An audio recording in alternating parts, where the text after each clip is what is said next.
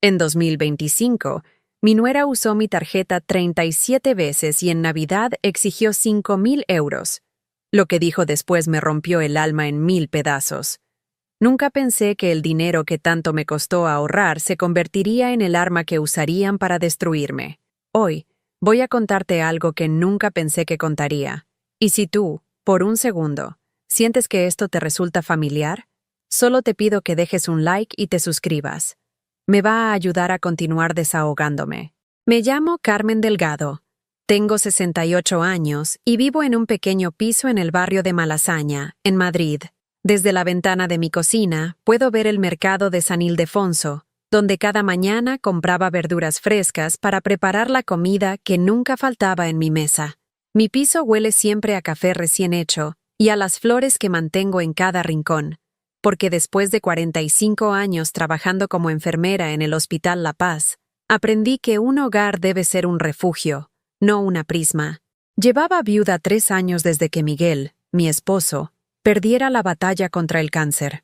3 años en los que me dediqué en cuerpo y alma a cuidar a mi único hijo, Alejandro, y a su familia. Mi nuera Cristina y mis 2 nietos, Pablo de 12 años y Sofía de 8, se habían convertido en el centro de mi universo. Era lo único que me quedaba de una vida que una vez fue plena. Este martes comenzó como cualquier otro. Me levanté a las 7. Preparé mi café con leche en la taza de porcelana que Miguel me regaló en nuestro 20º aniversario y me senté a revisar las cuentas del mes. Tenía la costumbre de llevar todo apuntado en una libreta vieja, cada euro gastado, cada factura pagada. Era meticulosa con el dinero porque mi pensión de 980 euros mensuales debía rendir para todo: mi manutención, los regalos para los nietos y, por supuesto, las ayuditas constantes que mi familia necesitaba. El teléfono sonó cuando estaba terminando mi segunda taza de café. Era Cristina, mi nuera, con esa voz dulce que había aprendido a usar cuando necesitaba algo. «Carmen, cariño, ¿cómo estás? Te noto muy sola últimamente». «Bien, hija, aquí ando. Ayer limpié toda la casa esperando que vinieran a almorzar, pero supongo que se les complicó. Ay, perdón, se nos olvidó avisarte. Pero oye, necesito pedirte un favor. ¿Me podrías prestar tu tarjeta? Es que la mía está bloqueada y tengo que comprar unas cosas urgentes para los niños». Era la 5ª vez en el mes que me pedía la tarjeta. Siempre era urgente, siempre para los niños, siempre con esa promesa implícita de que me la devolvería pronto. Y yo, como una idiota, nunca decía que no. ¿Cómo le iba a negar algo a la madre de mis nietos? «Claro, hija. Pásate cuando quieras a recogerla». «Perfecto. Ahora mismo voy. Eres un amor, Carmen». Colgó antes de que pudiera preguntarle por los niños, por Alejandro, por cómo estaban. Pero me quedé con una sensación extraña en el pecho, como cuando presientes que algo no está bien, pero no sabes exactamente qué. Media hora después, Cristina llegó a mi puerta. Llevaba un abrigo nuevo que reconocí de las tiendas caras del centro, unos zapatos de marca que costaban más que mi pensión de un mes, su pelo recién peinado en la peluquería y esas uñas perfectas que se hacía cada 15 días en un salón de belleza de Chamberí. Todo en ella gritaba abundancia, lujo, dinero, un dinero que aparentemente nunca tenía cuando se trataba de sus urgencias. «Hola, suegri», me dijo, dándome un beso rápido en la mejilla sin mirarme a los ojos. «Disculpa la prisa, pero tengo que ir a recoger a Pablo del colegio». Le entregué la tarjeta y ella la guardó en su bolso de piel como si fuera lo más natural del mundo. No me preguntó cómo estaba. No se quedó ni 5 minutos a tomar un café. No mencionó cuándo me la devolvería. Simplemente se fue, dejando tras de sí el aroma de un perfume caro y esa sensación de vacío que me acompañaba cada vez más después de sus visitas. Esa noche, mientras preparaba una cena solitaria de tortilla francesa y ensalada, sonó mi teléfono móvil. Era un mensaje del banco. Compra autorizada por 245 euros en El Corte Inglés. Después otro. Compra autorizada por 89 euros en Sephora. Y otro más. Compra autorizada por 156 euros en Zara. Me senté en el sofá del salón, rodeada por las fotos familiares que decoraban cada superficie disponible. Fotos de los nietos en sus cumpleaños, de las vacaciones que había pagado para que toda la familia pudiera irse junta a la playa, de las Navidades donde yo cocinaba para 10 personas y ellos llegaban con las manos vacías pero con el estómago vacío también. Los mensajes siguieron llegando durante la noche, uno tras otro, como pequeñas puñaladas digitales que me recordaban lo ingenua que había sido. A la mañana siguiente, cuando me armé de valor para llamar al banco y revisar mi saldo, descubrí la verdad que me partió el alma. En menos de 24 horas, Cristina había gastado 1.247 euros de mi cuenta, en perfumería, ropa, restaurantes caros, incluso en una tienda de electrónicos donde había comprado algo que costaba 400 euros. Todo mientras yo cenaba mi tortilla solitaria y ella fingía que necesitaba dinero para cosas urgentes de los niños. Pero eso no fue lo peor. Lo peor llegó cuando decidí revisar los movimientos de los últimos 3 meses. Esos meses en los que Cristina había sido tan cariñosa conmigo, tan presente, tan preocupada por mi soledad. 37 compras. 37 veces había usado mi tarjeta en 3 meses. Perfumerías exclusivas en el barrio de Salamanca, tiendas de diseñador, restaurantes donde una cena costaba lo que yo gastaba en comida en una semana. Había comprado ropa, zapatos, bolsos, incluso había pagado tratamientos de belleza y sesiones en un spa de lujo. El total ascendía a 4.890 euros. Casi 5.000 euros de mis ahorros, del dinero que había guardado centavo a centavo durante años, trabajando turnos dobles en el hospital, renunciando a caprichos, viviendo con lo mínimo para tener algo guardado para emergencias o para ayudar a mi familia cuando lo necesitaran. Pero aparentemente, para Cristina, mi dinero no era una ayuda, era un derecho. Era su sueldo por tolerarme, por incluirme ocasionalmente en sus vidas, por permitir que fuera la abuela de sus hijos. Me quedé sentada en la mesa de la cocina, con el extracto bancario entre las manos temblorosas, sintiendo cómo el mundo se me desmoronaba por segunda vez en 3 años. La primera había sido cuando Miguel murió. Esta vez era peor, porque Miguel se fue sin querer irse, sin elegir abandonarme. Pero mi familia me estaba robando mientras me sonreía a la cara. El teléfono volvió a sonar. Era Alejandro, mi hijo, el niño que había criado con tanto amor, al que había dado todo lo que tenía y más. Mamá, ¿cómo estás? Cristina me dijo que le prestaste la tarjeta. Muy amable de tu parte, como siempre. Alejandro, necesito hablar contigo. Sobre el dinero, sobre... Mamá, ahora no puedo. Estoy en una reunión importante. Ya sabes cómo son estas cosas del trabajo. Hablamos luego, ¿vale? Y colgó. Como siempre. Como había hecho durante los últimos meses cada vez que yo intentaba tener una conversación seria con él. Cada vez que necesitaba que fuera mi hijo y no solo el esposo de Cristina. Esa noche, por primera vez en meses, lloré hasta quedarme dormida.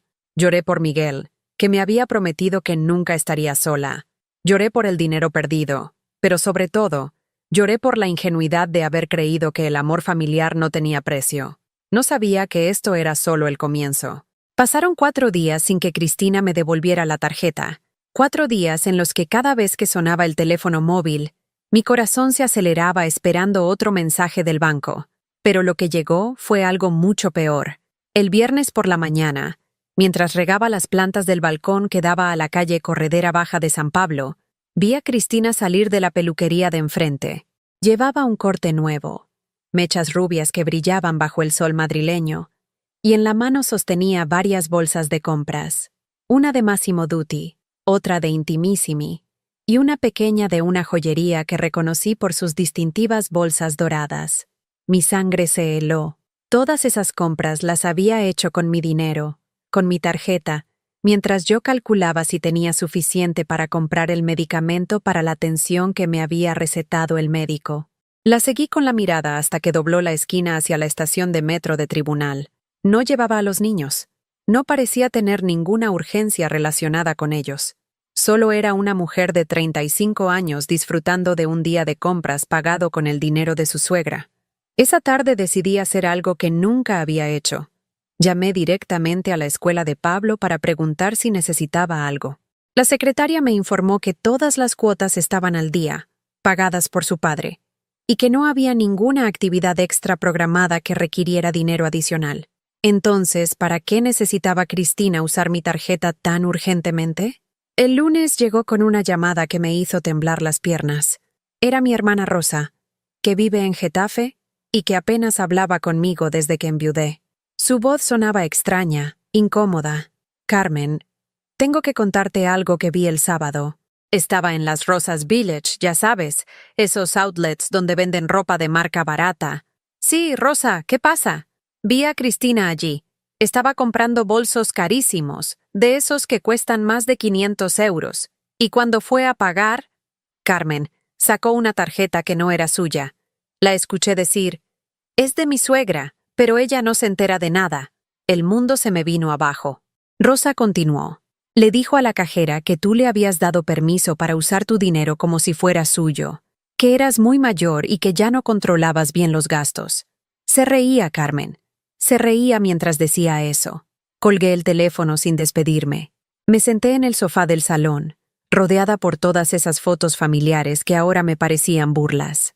En una de ellas, Cristina me abrazaba durante la última Navidad, sonriendo para la cámara mientras yo sostenía a Sofía en brazos. ¿Ya entonces estaba planeando robarme? ¿Ya entonces me veía como una vieja fácil de engañar? Esa misma tarde reuní valor y llamé a Alejandro a su oficina. Trabajaba en una empresa de seguros en el distrito financiero, un trabajo estable que le permitía mantener a su familia sin necesidad de quitarle dinero a su madre de 68 años. Alejandro, necesito hablar contigo sobre el dinero que ha gastado Cristina con mi tarjeta. Mamá, ¿de qué hablas? Cristina me dijo que solo había comprado algunas cosas para los niños. Hijo, me ha gastado casi 5.000 euros en 3 meses.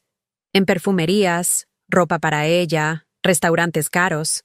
Nada para los niños. Hubo un silencio largo, tan largo que pensé que se había cortado la llamada. Mamá, estás exagerando. Seguro que no es tanto dinero.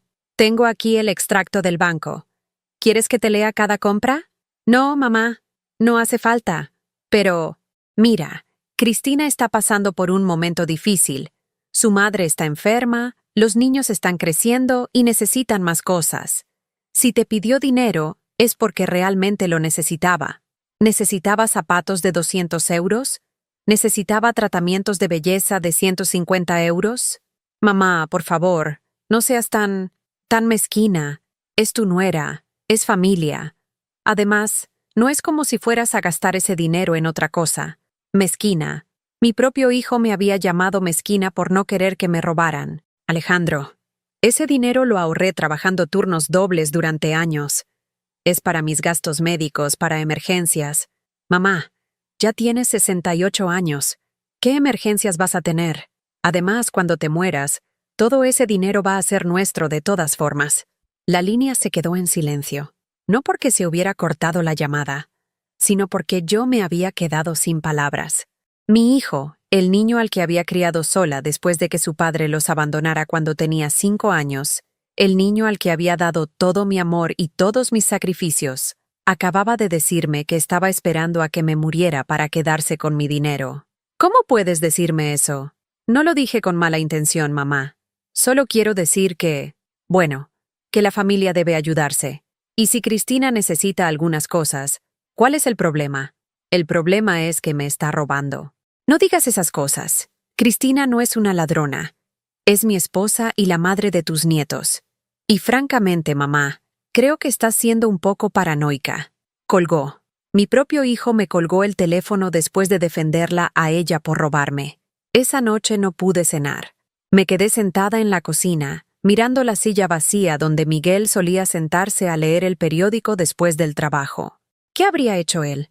¿Habría defendido a nuestro hijo sin importar lo que hubiera hecho? ¿O habría visto la verdad que yo estaba empezando a entender? El martes por la mañana, Cristina apareció en mi puerta sin avisar. Llevaba una sonrisa forzada y una bolsa de croissants de la panadería francesa de la calle Hortaleza, esa que cobra 3 euros por cada bollito. Buenos días, Carmen. Te traje el desayuno. Pensé que podríamos hablar. Entró a mi casa como si fuera suya, Se dirigió a la cocina y comenzó a preparar café sin preguntarme si quería. Sus movimientos eran seguros, territoriales. Ya no fingía ser la nuera tímida que necesitaba permiso para todo. Alejandro me dijo que estás un poco confundida con lo del dinero. No estoy confundida, Cristina. Sé exactamente cuánto has gastado y en qué. Se sentó frente a mí. Cruzó las piernas con elegancia. Llevaba unos pantalones que reconocí de una de sus compras recientes y una blusa que probablemente costaba más que mi gasto en comida de todo el mes. Carmen, creo que no entiendes la situación. Alejandro y yo tenemos muchos gastos. Los niños van a un colegio privado, tenemos una hipoteca, mantenemos un nivel de vida que requiere ciertos sacrificios. ¿Y qué tiene que ver eso conmigo? Bueno, tú vives sola en este piso grande. Tienes una pensión que no gastas completamente. ¿Y nosotros? Nosotros somos tu familia. Es normal que nos ayudes. Ayudar es una cosa, robar es otra. Su sonrisa desapareció por primera vez desde que había llegado. No me gusta esa palabra, Carmen, y creo que Alejandro tampoco la aprobaría. ¿Me estás amenazando? No te estoy amenazando. Solo te estoy explicando cómo funcionan las familias normales. Los abuelos ayudan a los hijos cuidan de los abuelos. Es un intercambio justo. ¿Y cuándo vas a empezar tú a cuidar de mí? ¿Cómo crees que llegaste al hospital la última vez que te desmayaste? ¿Quién crees que convenció a Alejandro de que comprara tus medicamentos cuando no tenías dinero? Mentira. Yo nunca me había desmayado. Y siempre había comprado mis propios medicamentos. Pero ella lo decía con tanta seguridad que por un momento dudé de mi propia memoria. Mira, Carmen, vamos a hacer esto fácil. Tú me das acceso completo a tu cuenta. Yo manejo tus gastos de manera inteligente. Y todos vivimos en paz. Es mejor así. Tú ya no tienes que preocuparte por nada.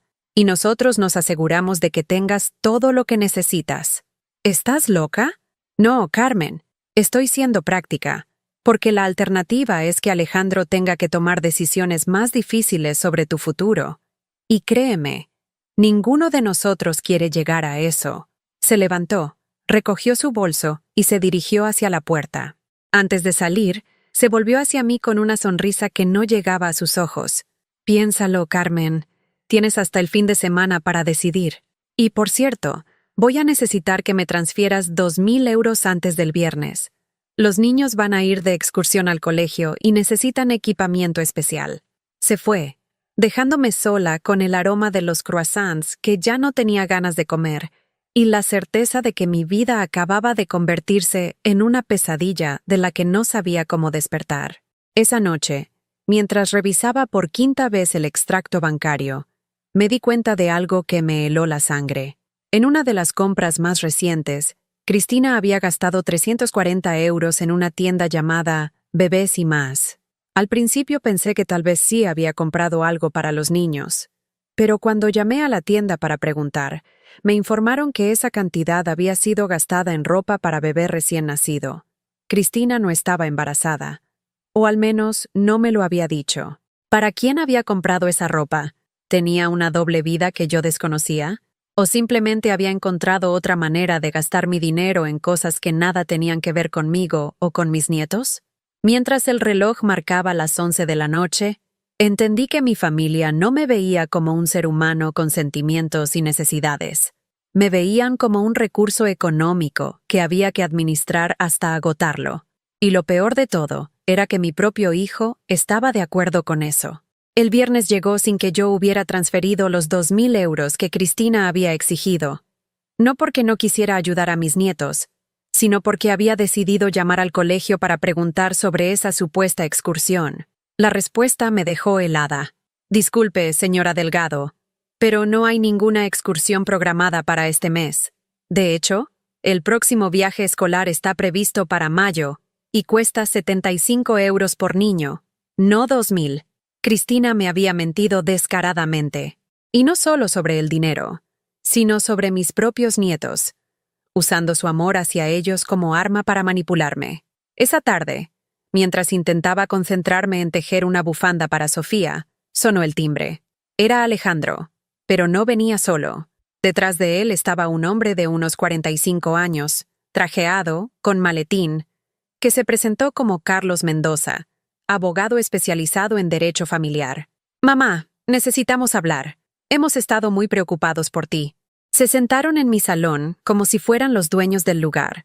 El abogado sacó una carpeta de documentos y la puso sobre la mesa de centro, justo al lado del jarrón con las flores frescas que yo cambiaba cada semana.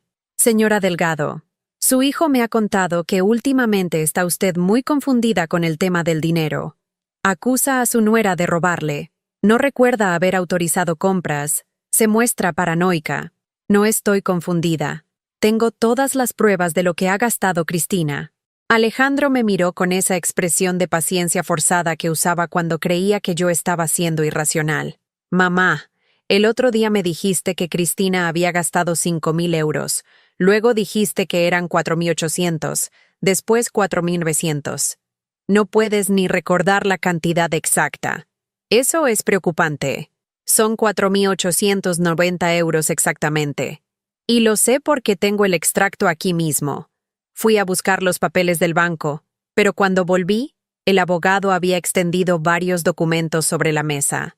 Señora Delgado, entendemos su confusión. A su edad, es normal que empiecen a aparecer ciertos deterioros cognitivos. Por eso hemos preparado estos documentos que le permitirán vivir tranquila mientras su hijo se hace cargo de sus finanzas. ¿Mis finanzas? ¿De qué está hablando? Es un poder notarial amplio. Le permitirá a Alejandro gestionar sus cuentas bancarias, sus inversiones, incluso tomar decisiones sobre su vivienda si fuera necesario. Es por su propio bien, mamá. Leí los documentos por encima. Estaban llenos de términos legales complicados, pero entendí lo suficiente para darme cuenta de que si firmaba esos papeles, perdería todo control sobre mi dinero, mi casa, mi vida. No voy a firmar esto. Mamá, sé razonable. ¿De verdad quieres seguir preocupándote por facturas, por el banco, por todas esas cosas complicadas? Déjanos que nos ocupemos nosotros. Mis cosas complicadas las he manejado durante 68 años sin problemas. El abogado intervino con voz profesional pero condescendiente. Señora Delgado, si no colabora voluntariamente, su hijo tendrá que considerar otras opciones legales. Un proceso de incapacitación, por ejemplo, sería más traumático para todos. Pero si es necesario, ¿incapacitación? ¿Me estaban amenazando con declararme incapaz mentalmente? Fuera de mi casa. Los dos. Ahora mismo. Mamá, no seas terca. Solo queremos ayudarte. Si quieren ayudarme, devuélvanme mi tarjeta y el dinero que se han robado. Alejandro suspiró y se levantó. El abogado recogió sus papeles con movimientos calculados, como si esta reacción hubiera sido esperada. Señora Delgado, le dejamos estos documentos para que los piense con calma. Tiene una semana para decidir. Después de eso, tomaremos las medidas que consideremos necesarias para protegerla de sí misma. Se fueron dejándome sola con un miedo que jamás había sentido. Mi propio hijo estaba intentando robarme mi autonomía, mi dignidad, mi derecho a decidir sobre mi propia vida. Esa noche no pude dormir. Caminé por el piso recordando cada rincón donde Miguel y yo habíamos sido felices. La cocina donde preparábamos el desayuno juntos los domingos. El balcón donde nos sentábamos a ver atardecer sobre los tejados de Madrid. El dormitorio donde habíamos planeado nuestros sueños y donde yo había cuidado de él durante sus últimos meses de enfermedad. ¿Todo eso iba a pasar a manos de Alejandro y Cristina? ¿Iban a vender mi hogar para financiar su estilo de vida de lujo? El lunes, decidí hacer algo que debería haber hecho semanas atrás. Fui al banco para cancelar la tarjeta que Cristina seguía usando. El empleado, un joven llamado David, me atendió con profesionalidad, pero cuando vio el extracto de movimientos, su expresión cambió. Señora Delgado, estos patrones de gasto son muy irregulares. ¿Usted autorizó todas estas compras? No. Mi nuera se quedó con la tarjeta y la ha estado usando sin mi permiso. Eso es un delito. Debería denunciarlo. Es familia. Es complicado. David me miró con comprensión. Probablemente había visto casos similares antes. Señora, voy a cancelar inmediatamente esta tarjeta y a emitirle una nueva con un PIN diferente. También le recomiendo que active las alertas de seguridad para que reciba notificación de cualquier movimiento inusual. ¿Puede hacer algo más? Puedo poner una nota en su cuenta para que cualquier intento de cambio de datos o transferencias superiores a 500 euros requiera su presencia física en la oficina, con identificación. Era un alivio pequeño, pero significativo. Al menos había recuperado el control sobre mi dinero, aunque fuera temporalmente. Esa tarde, mientras regresaba del banco, me crucé con Marisol, mi vecina del quinto piso. Era una mujer de mi edad, viuda también, con la que intercambiaba saludos cordiales, pero nunca habíamos tenido una conversación profunda. Carmen, ¿estás bien? Te veo muy preocupada últimamente. No sé por qué, tal vez porque había estado tan sola en todo esto. Le conté lo que estaba pasando. Marisol me escuchó sin interrumpir, asintiendo de vez en cuando con expresión cada vez más seria. Carmen, mi hermana pasó por algo similar en Barcelona. Su hijo y su nuera la convencieron de que firmara papeles que no entendía. Al final perdió su piso, sus ahorros, todo. Ahora vive en una residencia de ancianos donde la visitan una vez al mes. ¿Qué puedo hacer? Buscar ayuda. Hay organizaciones que se dedican a proteger a personas mayores del abuso familiar y abogados especializados en estos casos. No dejes que te convenzan de que estás loca o confundida. Los números no mienten. Esa noche, por primera vez en semanas, sentí una pequeña chispa de esperanza. No estaba loca, no estaba confundida y no estaba sola. Al día siguiente, temprano, sonó el teléfono. Era Cristina, y su voz ya no tenía ni rastro de la dulzura fingida. Carmen, me ha dicho Alejandro que fuiste al banco a cancelar la tarjeta. Es mi tarjeta, Cristina, y mi dinero. Ese dinero también es nuestro. Somos tu familia, tu única familia. Y si sigues siendo tan egoísta, vas a descubrir lo que significa estar verdaderamente sola. ¿Otra amenaza? No es una amenaza, Carmen. Es una promesa. Si no cooperas, los niños no van a volver a verte. Alejandro tampoco. Te vas a quedar en ese piso, sola, esperando llamadas que nunca van a llegar y visitas que nunca van a venir. ¿Y cómo es eso diferente de lo que pasa ahora? Ahora todavía tienes esperanza. Imagínate cómo será cuando esa esperanza se termine. Colgó, dejándome con el teléfono en la mano y una certeza que me aterrorizaba. Cristina no estaba improvisando. Tenía un plan, y ese plan incluía aislarme completamente para que no tuviera más opción que entregarles todo lo que tenía. Esa tarde, mientras observaba por la ventana a las familias que paseaban por la calle, parejas mayores tomadas del brazo, abuelos que caminaban con sus nietos, me di cuenta de algo fundamental. Había estado confundiendo el miedo a la soledad con amor familiar. Durante meses había tolerado el abuso porque creía que cualquier atención, aunque fuera interesada, era mejor que estar completamente sola. Pero ahora entendía que ya estaba sola. La diferencia era que hasta ahora había estado pagando por esa soledad, y eso tenía que cambiar. El problema era que no sabía cómo enfrentarme a personas que conocían mis debilidades mejor que yo misma, que sabían exactamente qué botones presionar para hacerme sentir culpable, asustada, desesperada. Pero tenía que intentarlo, porque la alternativa era desaparecer poco a poco, convertirme en un fantasma en mi propia vida, mientras ellos se quedaban con todo lo que Miguel y yo habíamos construido juntos. Esa noche marqué el número de Pablo, mi nieto mayor. Tal vez si hablaba directamente con él, podría entender qué estaba pasando realmente en esa casa. Cómo sus padres hablaban de mí cuando yo no estaba presente. ¿Abuela? ¿Por qué llamas tan tarde? Pablo, cariño, quería preguntarte por la excursión del colegio. Tu madre me dijo que necesitaban dinero. ¿Qué excursión, abuela? No hay ninguna excursión. ¿Estás seguro? Sí, abuela. Mamá y papá han estado hablando mucho de ti últimamente. Dicen que estás enferma y que a lo mejor tienes que irte a vivir a otro sitio. El corazón se me paró. ¿Te han dicho por qué tendría que irme? Papá dice que te estás volviendo loca y que es peligroso que vivas sola. Pero yo no creo que estés loca, abuela. Solo estás triste. Pablo colgó rápidamente, probablemente porque sus padres habían aparecido en la habitación, pero había sido suficiente para confirmar mis peores sospechas. No solo me estaban robando, me estaban preparando el terreno para hacerme desaparecer por completo. La llamada de Pablo había sido el miércoles por la noche. El jueves, a las 7 de la mañana, mi teléfono empezó a sonar sin parar. Primero Alejandro, después Cristina. Luego una voz que no reconocí pero que se presentó como la madre de Cristina. Después una tía de Alejandro que vivía en Valencia y con la que no hablaba desde hacía años. Todos tenían el mismo mensaje. Estaba enferma. Estaba confundida. Necesitaba ayuda urgente. Carmen, soy Pilar, la madre de Cristina. Mi hija me ha contado lo que está pasando y estoy muy preocupada por ti. ¿Sabías que anoche llamaste a Pablo a las 11? ¿Te parece normal despertar a un niño de 12 años a esas horas para contarle tus problemas? No había despertado a Pablo.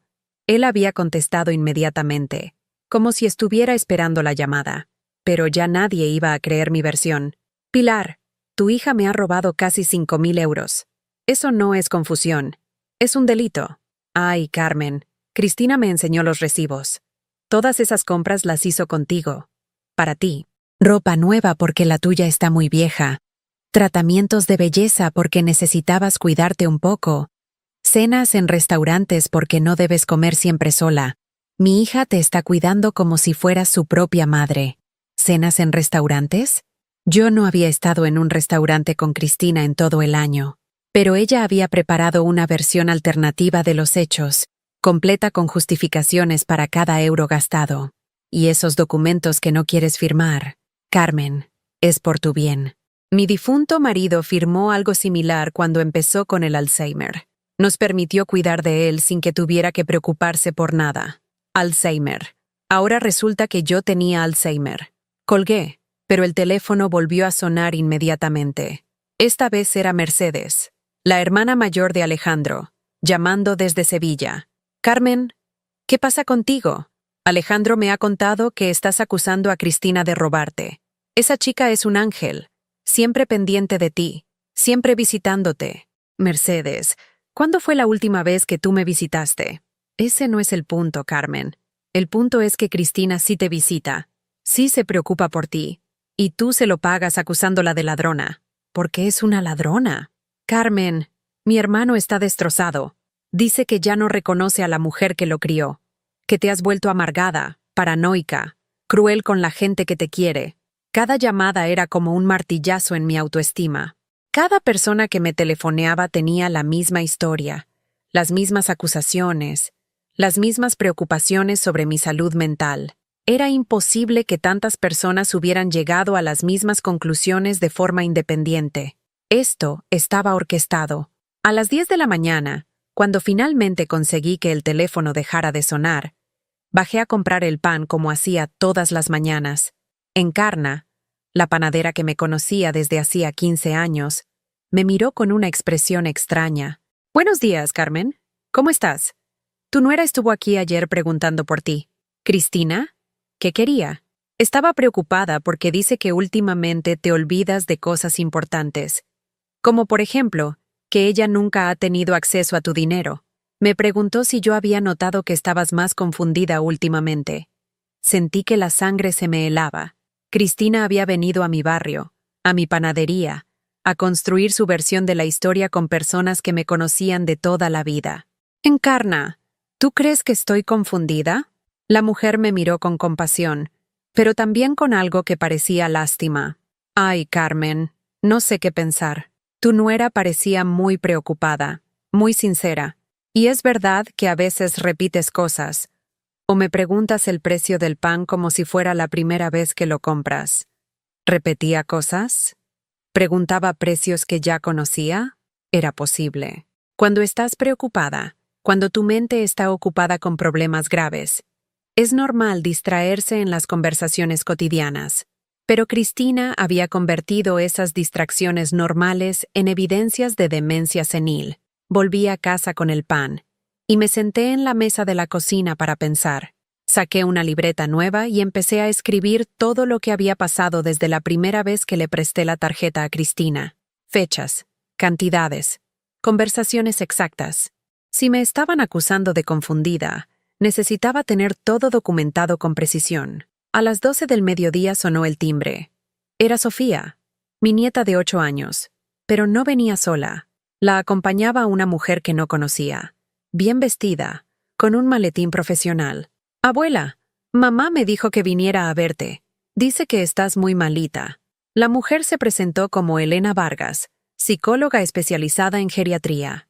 Señora Delgado, su familia me ha pedido que haga una evaluación inicial de su estado cognitivo. Es solo una conversación informal, nada preocupante. No necesito ninguna evaluación, y menos una evaluación que han solicitado sin consultarme. Entiendo su resistencia, pero su hijo está muy preocupado. Me ha contado que acusa a familiares de robarle dinero, que llama a sus nietos a altas horas para hablarles de problemas adultos, que se niega a firmar documentos que la ayudarían a vivir más tranquila. Sofía me miraba con ojos grandes y asustados. Probablemente le habían dicho que la abuela estaba enferma, que tal vez no me acordaba de quién era ella. Sofía, cariño, ¿tú crees que estoy enferma? No sé, abuela. Mamá dice que a veces los abuelos se olvidan de cosas y se ponen tristes. Pero yo me acuerdo de que siempre me haces galletas cuando vengo. La psicóloga sacó unos papeles de su maletín. Son solo unas preguntas sencillas, señora Delgado. ¿Qué día es hoy? ¿En qué año estamos? ¿Cuál es la dirección de su casa? Hoy es jueves 23 de enero de 2025. Vivo en la calle Corredera Baja de San Pablo número 15, tercero izquierda, Madrid 2004. Y esto es una encerrona. ¿Puede decirme los nombres de sus familiares más cercanos? Mi hijo Alejandro Delgado Martín, nacido el 15 de marzo de 1987. Mi nuera Cristina Herrera Santos. Mis nietos Pablo, nacido en 2012, y Sofía, nacida en 2016. Mi esposo Miguel Delgado Ruiz, fallecido el 8 de octubre de 2021. ¿Necesita más datos o ya tiene suficiente para demostrar que no tengo ningún problema cognitivo? La psicóloga tomaba notas, pero su expresión no había cambiado. Su familia me ha comentado que últimamente muestra signos de paranoia. ¿Es cierto que cree que su nuera le está robando dinero? No lo creo. Lo sé. Tengo extractos bancarios que lo demuestran. ¿Y por qué cree que haría algo así? Porque necesita dinero para mantener un estilo de vida que no puede permitirse con el sueldo de mi hijo. ¿Ha considerado la posibilidad de que usted misma haya autorizado esas compras y no las recuerde? ¿Ha considerado usted la posibilidad de que una familia esté manipulando a una profesional para conseguir que declare incompetente a una mujer que es un obstáculo para sus planes económicos? Elena Vargas cerró su libreta y miró a Sofía, que había estado escuchando toda la conversación en silencio. Sofía, ¿puedes esperar en el salón mientras hablo con tu abuela? Cuando la niña salió, la psicóloga se inclinó hacia mí con una expresión más seria. Señora Delgado, voy a ser honesta con usted. Su familia está muy preocupada, pero después de hablar con usted, no veo signos evidentes de deterioro cognitivo. Sus respuestas son coherentes, su memoria está intacta, y sus argumentos son lógicos. Entonces, ¿por qué está aquí? Porque su hijo me pagó 200 euros por esta consulta a domicilio, y me dijo que si no encontraba evidencias de problema mental, buscaría otro profesional que sí las encontrara. Me quedé callada, procesando lo que acababa de escuchar. ¿Me está diciendo que Alejandro está comprando un diagnóstico? Le estoy diciendo que hay profesionales sin escrúpulos que están dispuestos a escribir cualquier informe si el precio es adecuado.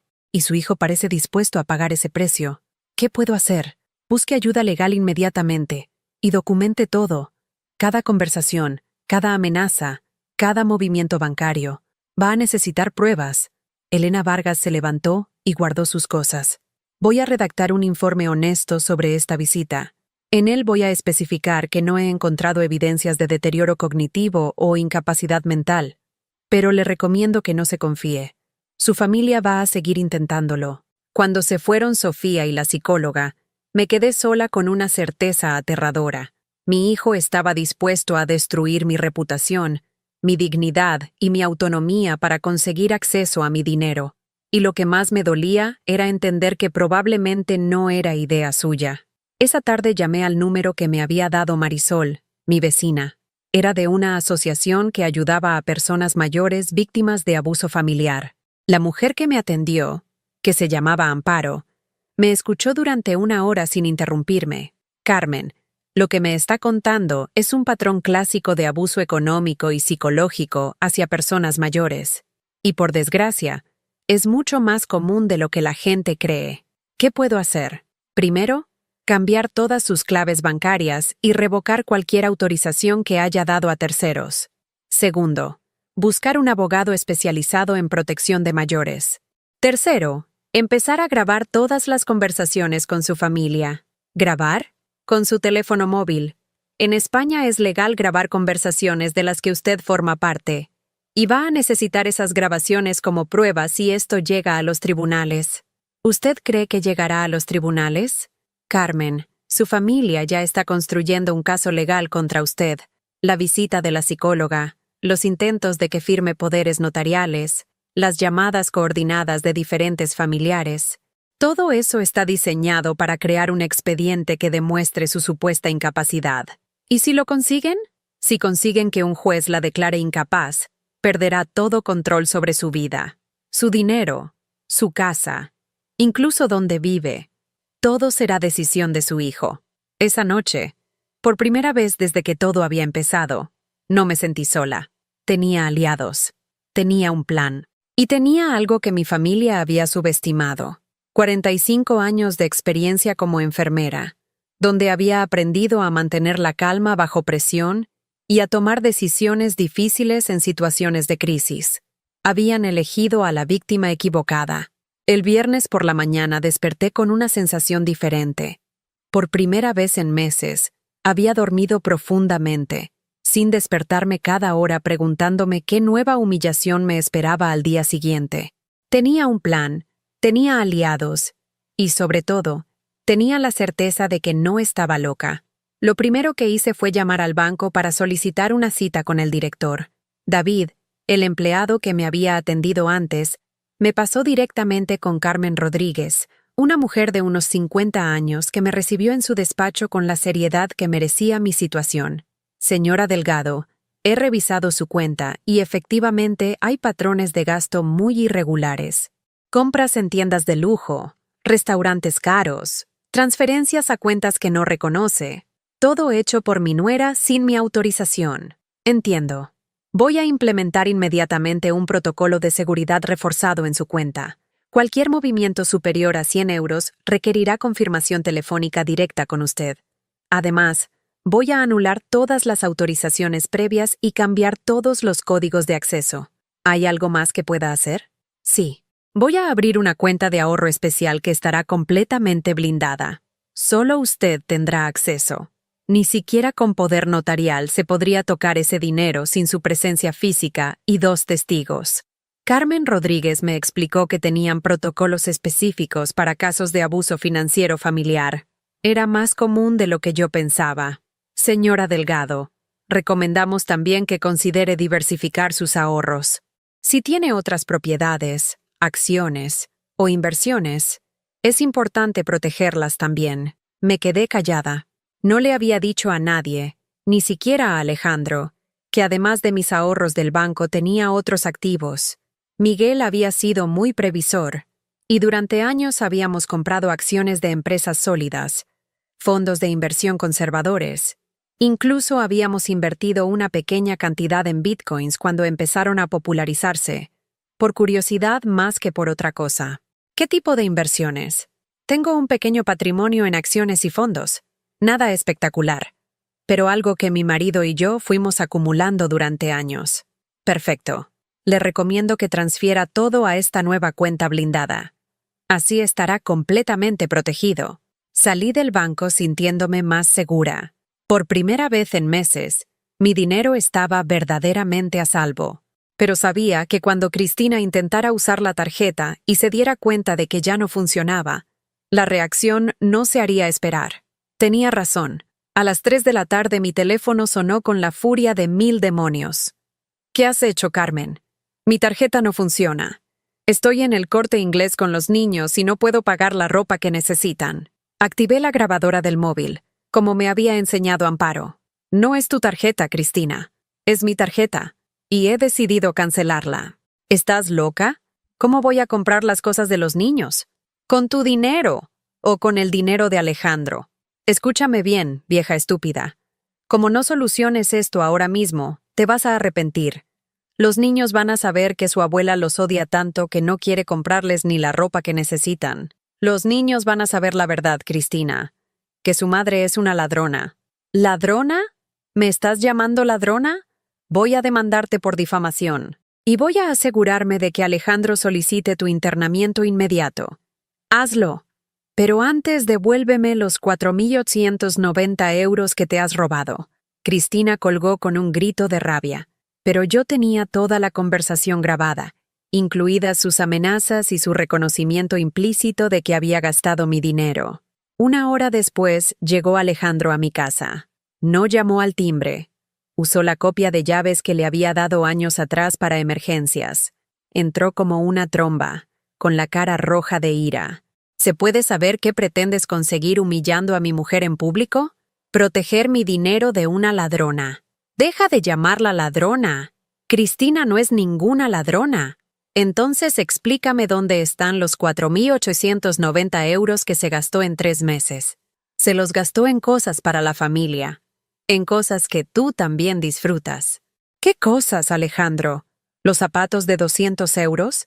¿Las cenas en restaurantes a los que nunca me han llevado? ¿Los tratamientos de belleza que yo nunca me he hecho? Mamá, estás obsesionada con el dinero. Antes no eras así. Antes no tenía una nuera que me robaba. Y antes mi hijo no me amenazaba con internarme por defender lo que es mío. Alejandro se sentó en el sofá, y por un momento vi al niño que había sido, al hijo que yo había criado con tanto amor. Pero cuando volvió a hablar, ese niño había desaparecido. Mamá, Cristina está embarazada. El mundo se paró a mi alrededor. ¿Embarazada? ¿Por eso había comprado ropa de bebé con mi tarjeta? ¿Embarazada? ¿Por qué no me lo habían dicho?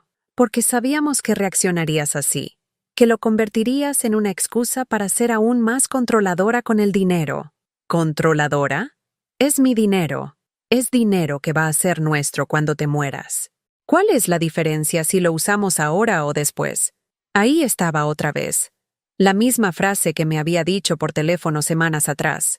Para mi hijo, yo era un obstáculo temporal entre él y una herencia que consideraba suya por derecho.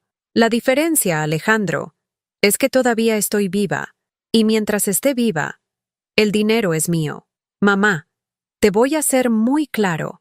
O colaboras voluntariamente o vamos a tomar medidas legales. Tenemos testimonios de familiares que confirman tu deterioro mental, informes médicos que documentan tu paranoia y evidencias de comportamiento errático. ¿Qué informes médicos? La psicóloga que trajeron no encontró nada malo en mí. Esa psicóloga no entendió bien el caso, pero hay otros profesionales más comprensivos con situaciones familiares complicadas.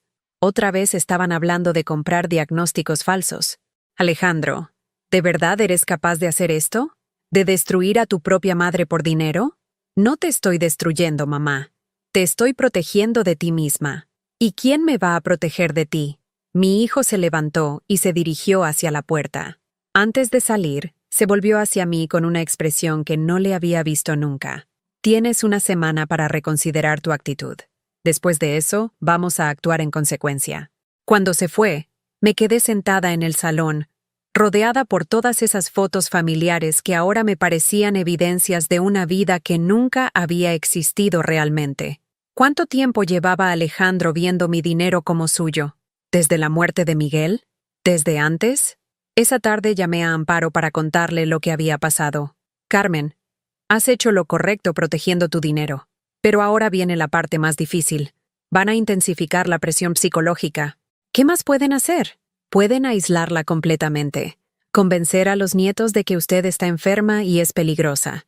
Pueden esparcir rumores en el barrio sobre su salud mental. Pueden incluso presentar una demanda de incapacitación basándose en testimonios falsos. ¿Y yo qué puedo hacer? Seguir documentando todo. Pero también necesita empezar a vivir su vida de manera diferente. ¿Cómo? ¿Cuándo fue la última vez que hizo algo solo por placer? ¿Que se compró algo bonito? ¿Que se fue de viaje? ¿Que se divirtió sin sentirse culpable? Me quedé callada porque no sabía responder. Desde la muerte de Miguel, mi vida había girado completamente alrededor de mi familia. No tenía hobbies, no tenía amigos cercanos, no tenía planes que no incluyeran a Alejandro y sus hijos. No recuerdo la última vez.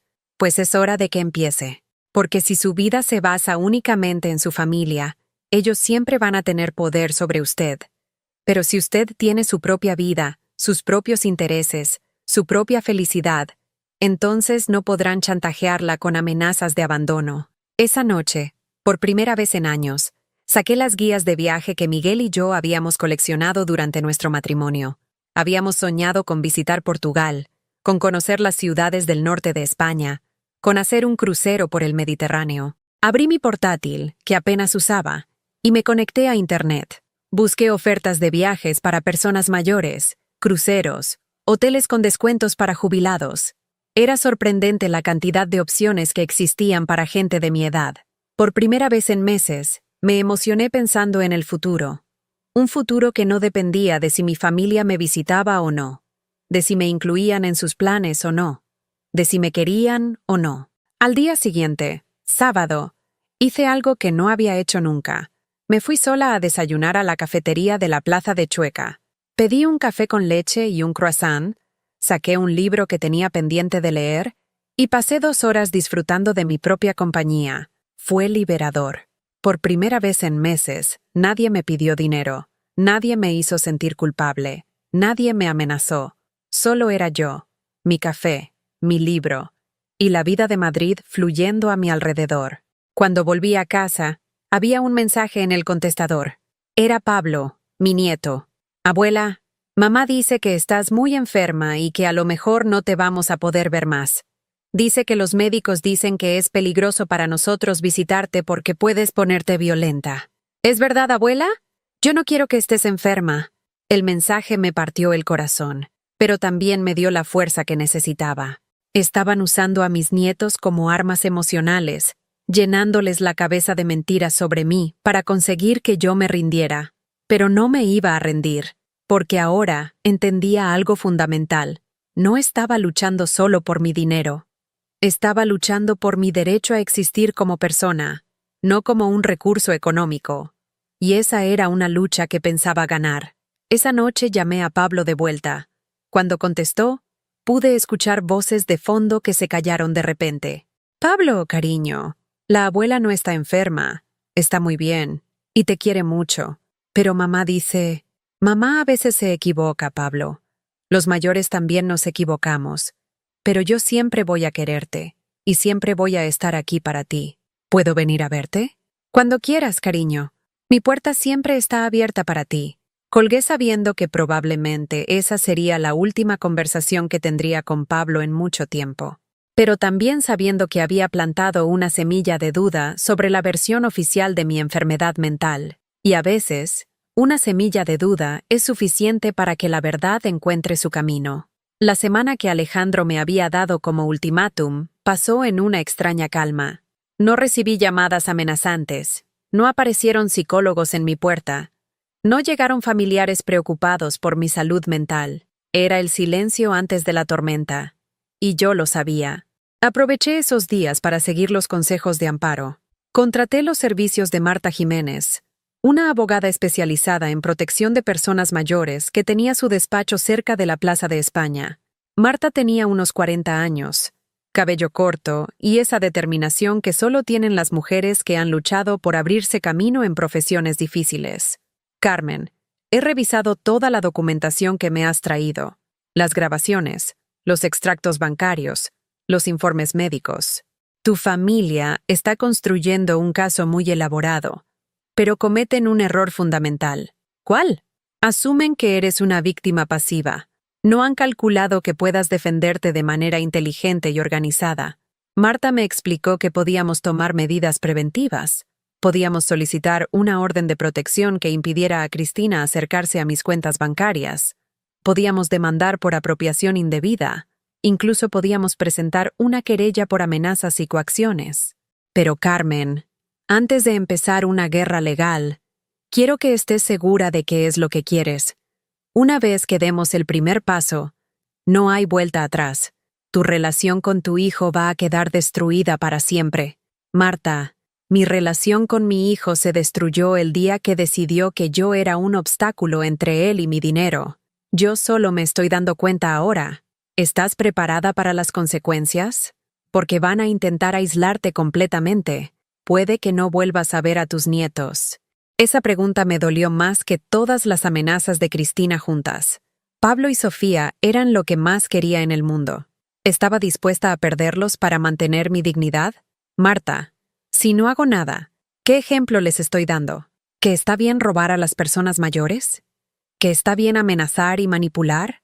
¿Que el amor se compra con dinero? Tienes razón. A veces proteger a las personas que amas significa enseñarles que hay límites que no se pueden cruzar.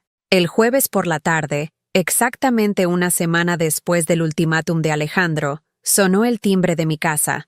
Cuando abrí la puerta, me encontré con toda la familia al completo. Alejandro, Cristina, Pablo, Sofía y otra vez el abogado Carlos Mendoza con su maletín de documentos. Mamá, hemos venido a solucionar esto de una vez por todas. Entraron sin esperar invitación y se distribuyeron por mi salón como si fuera una sala de juntas. Los niños se sentaron en el sofá, claramente incómodos. Pablo me miraba con una mezcla de confusión y tristeza que me partía el alma. Carlos Mendoza sacó sus papeles de nuevo. Señora Delgado, hemos traído documentos actualizados. Poderes notariales más específicos que le permitirán mantener cierto control sobre decisiones menores mientras su hijo se hace cargo de las finanzas importantes. Ya les dije que no voy a firmar nada. Cristina se levantó de su silla y se acercó a mí. Su barriga ya empezaba a notarse bajo la blusa ajustada. Carmen, estoy embarazada de 4 meses. Este bebé va a necesitar cosas. Va a necesitar una habitación nueva, ropa, cuna, cochecito. Pablo y Sofía también van a necesitar espacio porque van a ser hermanos mayores. Felicidades por el embarazo, Cristina. Pero eso no me da derecho a robarme. No te estoy robando. Te estoy pidiendo que seas parte de esta familia, que contribuyas a que tus nietos y tu nuevo nieto tengan la vida que se merecen. ¿Contribuir? He contribuido con casi 5,000 euros en 3 meses. ¿Cuánto más quieres que contribuya? Alejandro intervino con esa voz de paciencia forzada que usaba cuando creía que estaba siendo razonable. Mamá, hemos calculado que necesitamos aproximadamente 15,000 euros más para preparar la llegada del bebé y hacer algunas reformas en casa. Es una inversión en el futuro de tus nietos. ¿15,000 euros? Ahora estaban hablando de cifras que representaban años de mis ahorros. ¿Y si no tengo 15,000 euros? Los tienes, mamá. Sabemos que tienes más dinero del que aparece en tu cuenta corriente. Papá era muy previsor y seguro que dejó inversiones, fondos, tal vez incluso propiedades. Ahí estaba. Al final habían llegado al verdadero objetivo. No querían solo acceso a mi cuenta corriente. Querían todo mi patrimonio. ¿Cómo sabes que hay más dinero? Porque hemos estado investigando, mamá. Papá tenía una cartera de inversiones considerable. Acciones de Telefónica, del Santander, de Iberdrola, también fondos de inversión y hasta algunas criptomonedas. Todo eso ahora es tuyo. Y cuando tú te mueras, será nuestro. Así que habéis estado husmeando en los papeles de vuestro padre. Hemos estado siendo responsables, mamá, asegurándonos de que sabes gestionar correctamente tu patrimonio. Carlos Mendoza volvió a intervenir. Señora Delgado, su cartera de inversiones tiene un valor aproximado de 450,000 euros. Es una cantidad considerable que requiere gestión profesional. Si firma estos documentos, su hijo podrá optimizar esas inversiones para generar mejores rendimientos. 450,000 euros. Era cierto que Miguel había sido muy previsor, pero nunca había imaginado que nuestras pequeñas inversiones mensuales se hubieran convertido en semejante fortuna. El problema era que ahora mi familia lo sabía también. ¿Y qué garantías tengo de que Alejandro va a gestionar ese dinero en mi beneficio y no en el suyo? Mamá, soy tu hijo. Por supuesto que voy a gestionarlo en tu beneficio. ¿Cómo has gestionado en mi beneficio el dinero que se ha gastado Cristina estos meses? Cristina se acercó más, hasta quedar justo delante de mí. Carmen, basta ya de juegos. ¿Vas a firmar esos papeles ahora mismo o te vas a arrepentir? ¿Es otra amenaza? No es una amenaza, es una promesa. Como no colabores, vamos a asegurar que pases tus últimos años completamente sola. Los niños van a saber que su abuela prefiere el dinero antes que su propia familia. Pablo se levantó del sofá de repente. Mamá, basta. La abuela no está loca. Y no es mala. Solo está triste porque vosotros siempre le pedís dinero y nunca venís a verla solo porque sí. Cristina se volvió hacia su hijo con una mirada que me heló la sangre. Pablo, vete a tu habitación.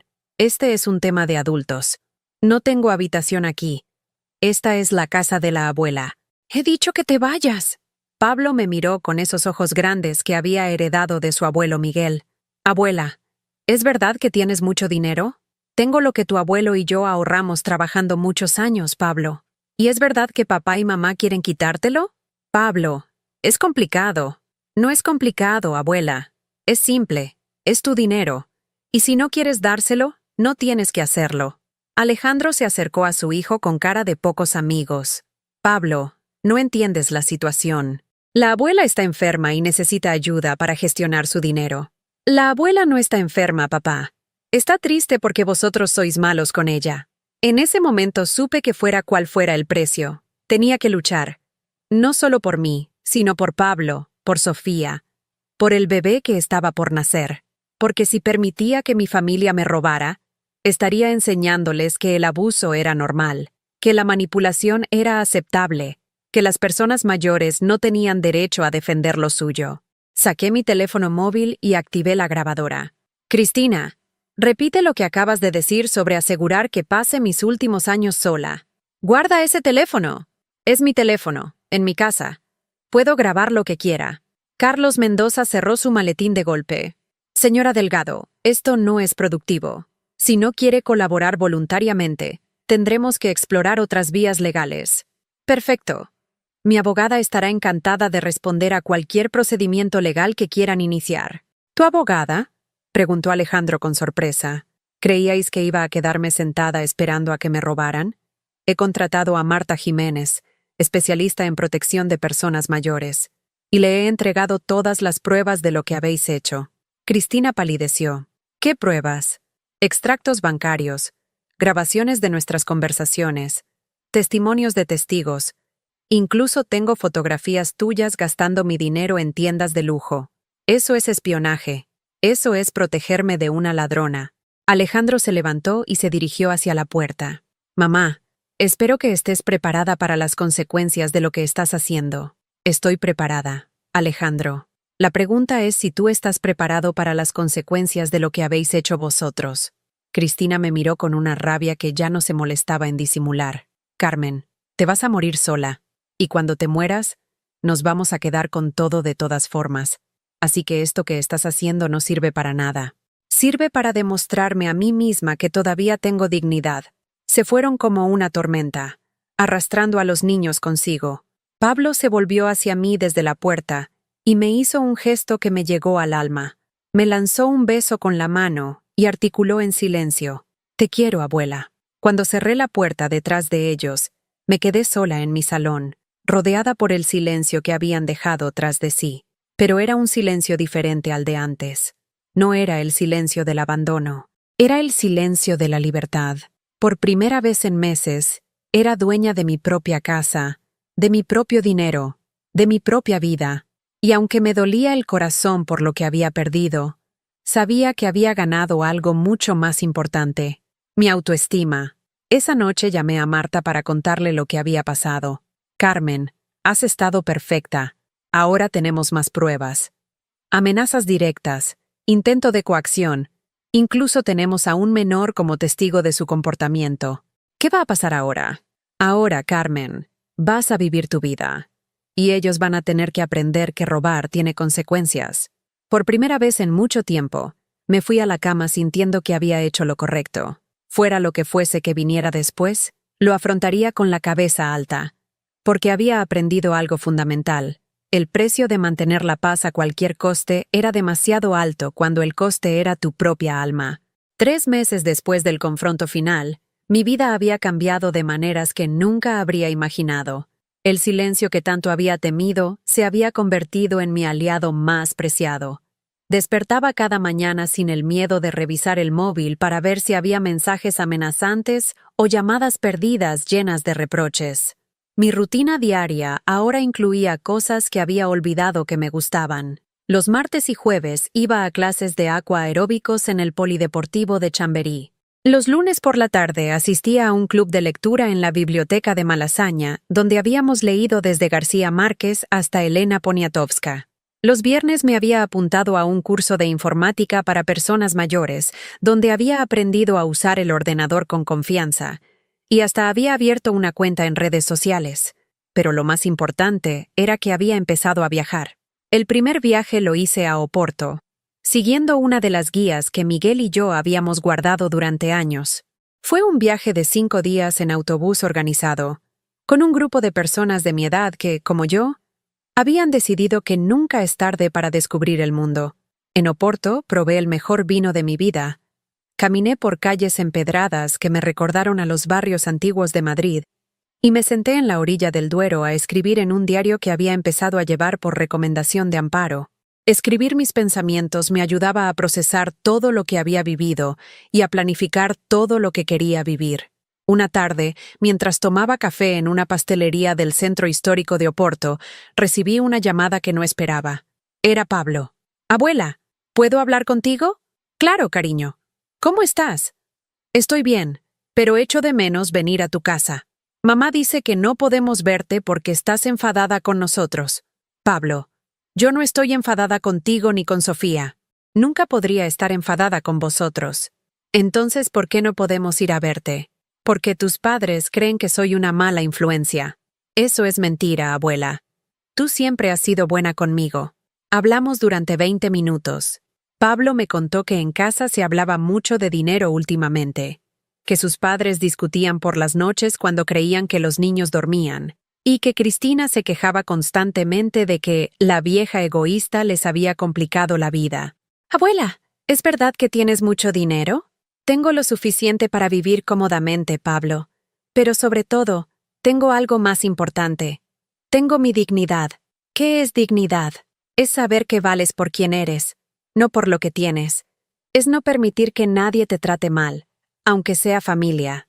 «Entiendo. Como cuando no dejo que los niños del colegio me quiten el bocadillo, aunque sean más grandes que yo». «Exactamente como eso, cariño». Cuando colgué, me di cuenta de que por primera vez en meses había hablado con Pablo sin sentir dolor. Seguía echándolo de menos terriblemente, pero sabía que le estaba enseñando una lección más valiosa que cualquier regalo que pudiera comprarle. Que las personas tienen derecho a defenderse del abuso, incluso cuando viene de la propia familia. Al volver de Oporto, encontré varias cartas en mi buzón. Una era de mi banco, informándome de que mis inversiones habían generado dividendos por valor de 3.200 euros en el último trimestre. Miguel había elegido muy bien dónde poner nuestro dinero. Acciones de empresas sólidas que seguían dando beneficios años después de su muerte. Otra carta era de Marta, mi abogada, informándome de que Alejandro y Cristina habían intentado presentar una demanda de incapacitación, pero que había sido desestimada inmediatamente porque no tenían pruebas médicas válidas. De hecho, el juez había mostrado interés en las grabaciones que yo había aportado como evidencia de intento de coacción. «Carmen, han cometido un error estratégico importante», me explicó Marta cuando la llamé. «Al intentar demandarte sin pruebas sólidas, han puesto en evidencia ante el sistema judicial que su motivación no es protegerte, sino acceder a tu patrimonio. ¿Eso significa que ya no pueden hacer nada más?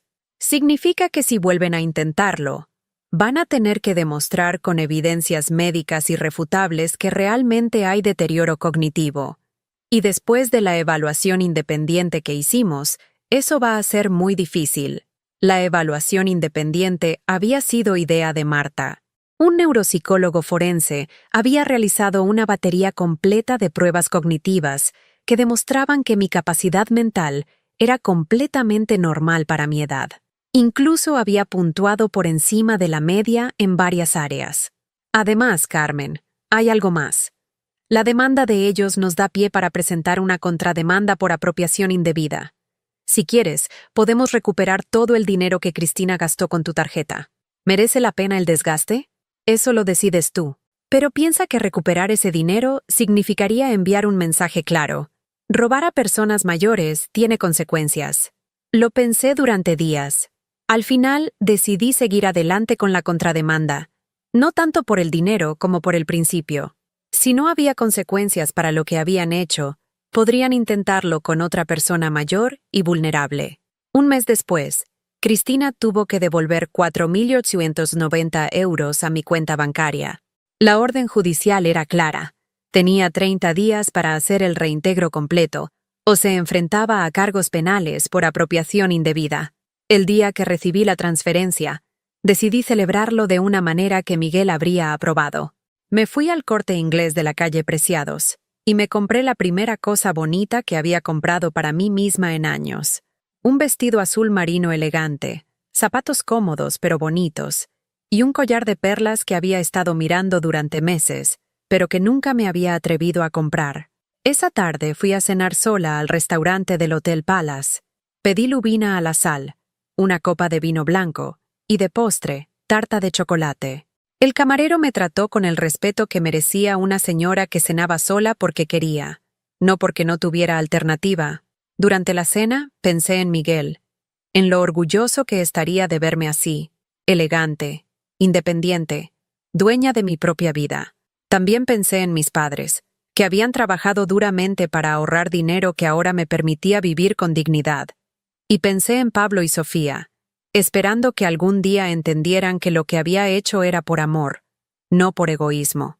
Al mes siguiente me apunté a algo que llevaba años queriendo hacer, un crucero por el Mediterráneo, 15 días visitando ciudades costeras de España, Francia e Italia, Nápoles, Marsella, Barcelona, Palma de Mallorca, lugares que Miguel y yo habíamos soñado con conocer juntos. En el crucero conocí a Esperanza, una viuda de Bilbao que tenía una historia similar a la mía. Su hija había intentado convencerla de vender su piso para invertir el dinero en algo más rentable, que casualmente iba a gestionar el yerno. Esperanza había tenido la suerte de tener un hermano abogado que la había alertado a tiempo. Carmen, lo que más me sorprende es cómo cambia tu perspectiva cuando dejas de vivir para complacer a otros, me dijo una noche mientras veíamos el atardecer desde la cubierta del barco. Yo llevaba años sintiéndome culpable por gastar dinero en mí misma, como si no me lo mereciera. ¿Y ahora cómo te sientes? Como si hubiera despertado de un sueño muy largo. Mi dinero es mío, mi tiempo es mío, mis decisiones son mías. Y si a mi familia no le gusta, ese es su problema, no el mío. Esperanza se convirtió en una gran amiga. Cuando volvimos a España, seguimos en contacto. Hablábamos por teléfono 2 veces por semana, compartíamos recomendaciones de libros y planes de viaje. Era maravilloso tener una amistad basada en intereses comunes y afecto genuino, no en obligaciones familiares o necesidades económicas. Un día, mientras ordenaba papeles viejos, encontré una carta que Miguel me había escrito durante uno de sus ingresos hospitalarios.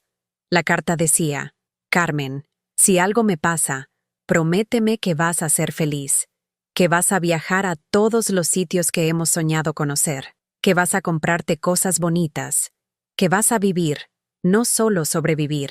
El dinero que hemos ahorrado no es para que lo guardes como un tesoro, es para que lo uses para ser feliz.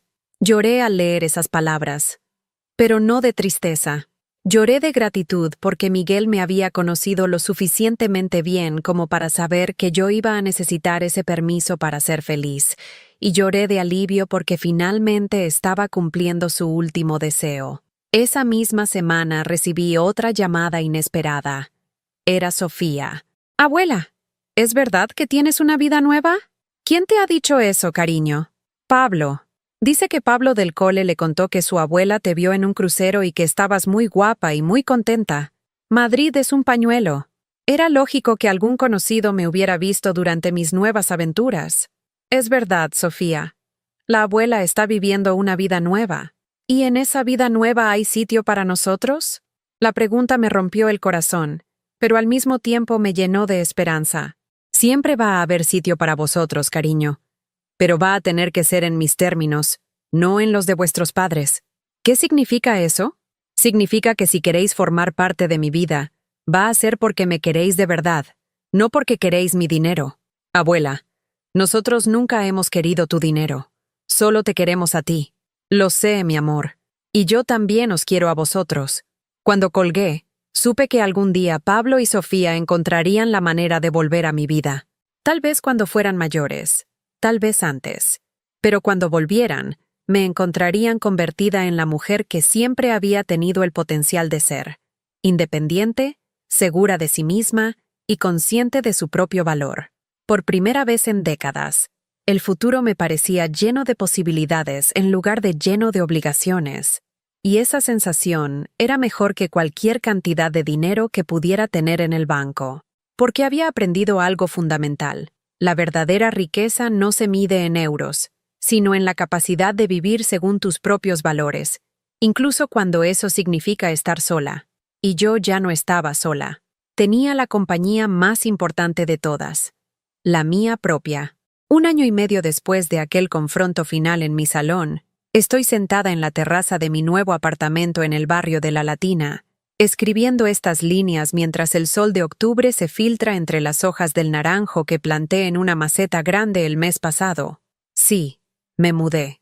No porque me echaran de mi casa anterior, sino porque decidí que necesitaba un espacio que fuera completamente mío, sin los fantasmas de una vida que ya no me pertenecía. Este apartamento es más pequeño que el anterior, pero tiene algo que el otro nunca tuvo. Fue elegido solo por mí, decorado según mis gustos, y cada mueble fue comprado porque me gustaba, no porque combinara con los planes de otra persona.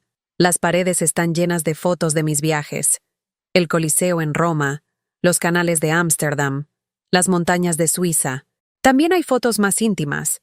Una de Esperanza y yo, brindando en una terraza de Sevilla. Otra de mi grupo de aqua aeróbicos después de ganar un pequeño torneo local. En la mesa del salón hay una carta que llegó ayer. Es de Pablo, que ahora tiene 14 años y aparentemente ha convencido a sus padres de que le permitan escribirme. La carta dice: Querida abuela Carmen, espero que estés bien. Yo estoy bien, aunque echo mucho de menos las tardes en tu casa antigua. Quería contarte que he empezado bachillerato y que saco muy buenas notas. También quería decirte que he estado pensando mucho en lo que me dijiste sobre la dignidad. Creo que entiendo mejor lo que pasó. Mamá tuvo al bebé. Se llama Diego y está muy gordito. Papá dice que cuando sea mayor de edad podré venir a verte si quiero. Espero que para entonces todavía quieras verme. Te quiero, abuela. Pablo. Leí esa carta y supe que había valido la pena todo el dolor, toda la soledad, todas las noches de llanto. Pablo había entendido. Con solo 14 años, había comprendido que lo que yo hice no fue por falta de amor, sino por exceso de él. Mi vida ahora transcurre a un ritmo que yo marco. Me levanto cuando quiero. Desayuno lo que me apetece. Y organizo mis días según mis intereses, no según las necesidades o caprichos de otros. Los martes sigo yendo a aqua aeróbicos, pero ahora también voy los sábados porque me gusta y porque puedo. Los jueves por la tarde doy clases de alfabetización a mujeres inmigrantes en un centro social de Lavapiés. Descubrí que enseñar a leer a mujeres de mi edad que nunca habían tenido esa oportunidad me daba una satisfacción que no había sentido nunca. Mis finanzas están ahora completamente bajo mi control. Contraté a un asesor financiero independiente que me ayuda a gestionar mis inversiones, pero todas las decisiones las tomo yo.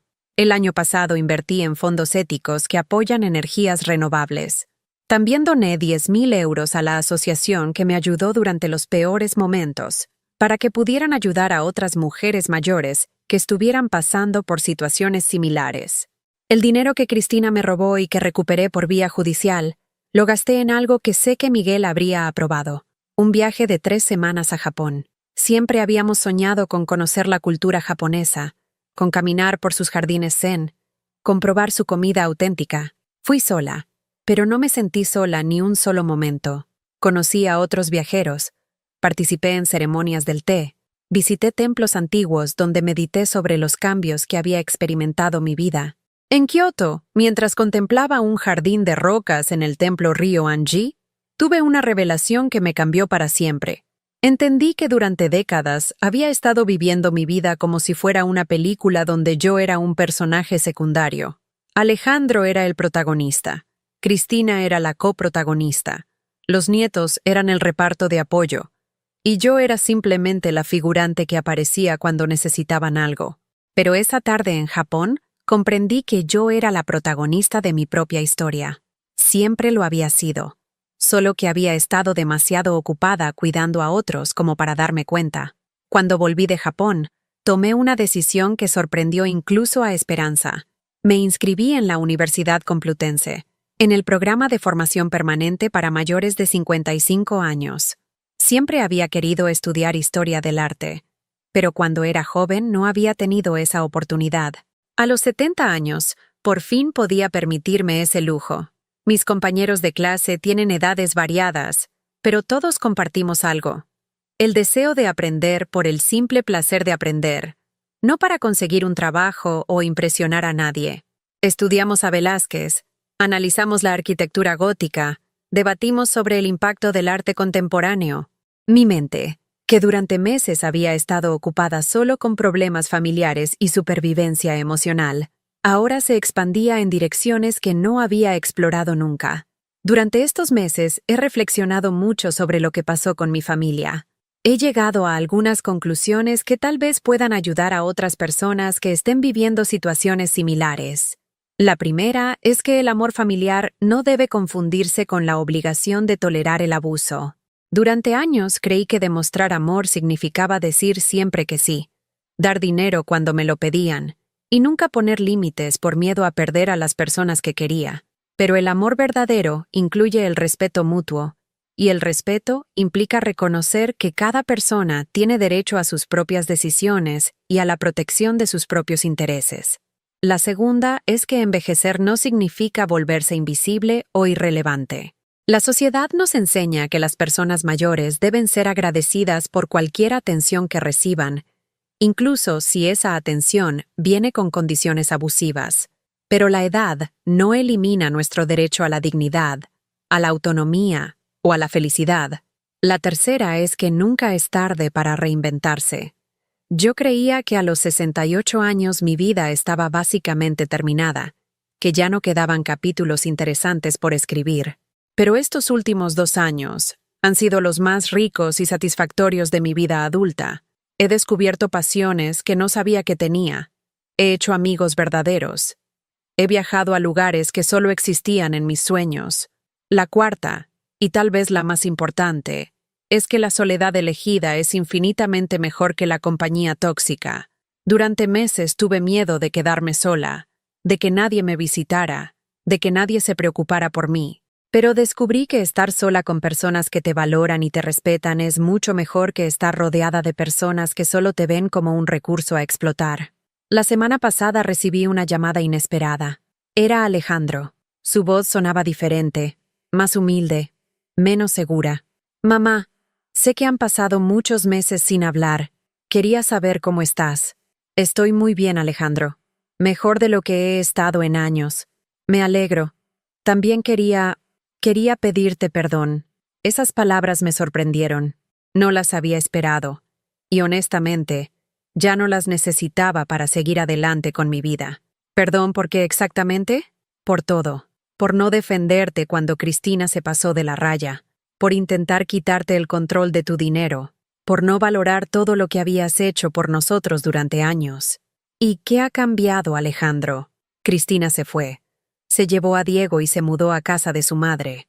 Resulta que también estaba gastando dinero de mis cuentas sin decírmelo. Cuando me di cuenta y la confronté, me dijo que había aprendido de ti que era normal tomar dinero de la familia sin pedir permiso.